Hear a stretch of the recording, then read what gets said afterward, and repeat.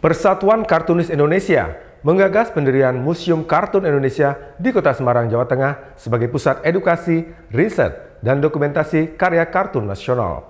Rencana ini mendapat dukungan dari anggota Komisi 6 DPR RI, Samuel Watimena, yang menekankan pentingnya kejelasan visi dan fungsi museum.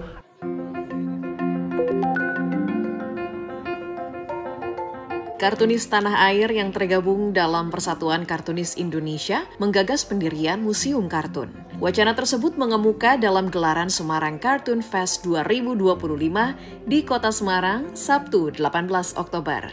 Inisiatif ini sekaligus menjawab belum adanya ruang permanen untuk mendokumentasikan sejarah perkembangan kartun di Indonesia yang selama ini berkontribusi dalam gerak demokrasi dan kebebasan berekspresi. Ketua Presidium Persatuan Kartunis Indonesia Abdullah Ibnu Talhah menyebut, Museum Kartun dirancang sebagai pusat edukasi, riset, dan dokumentasi karya kartun Nusantara. Museum Kartun adalah tempat untuk riset dan dokumentasi kartun Indonesia, seluruh Indonesia, juga ruang kreatif untuk anak muda, lalu ada wisata budaya, seni budaya, juga tentu saja sebagai diplomasi budaya. Kita bisa mengedukasi masyarakat, mensosialisasikan nilai-nilai demokrasi, lingkungan hidup, perdamaian, dan seterusnya.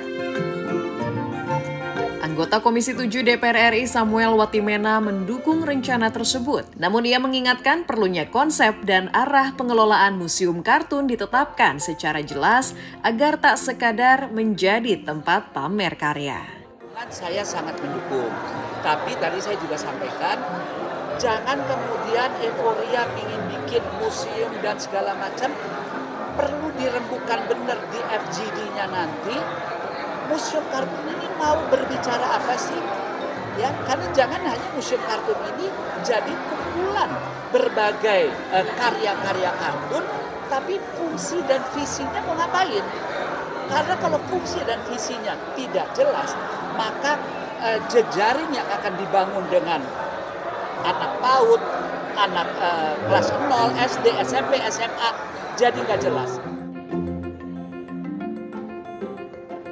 Industri seni kartun menjadi bagian dari 17 subsektor ekonomi kreatif yang saat ini terus didorong pemerintah melalui Kemenparekraf. Pendirian Museum Kartun diharapkan dapat menjadi wadah pelindung karya seniman lokal sekaligus sebagai diplomasi budaya Indonesia di tingkat internasional. Dari Semarang, Jawa Tengah, Suryo Wicaksono, Kantor Berita Antara, mewartakan.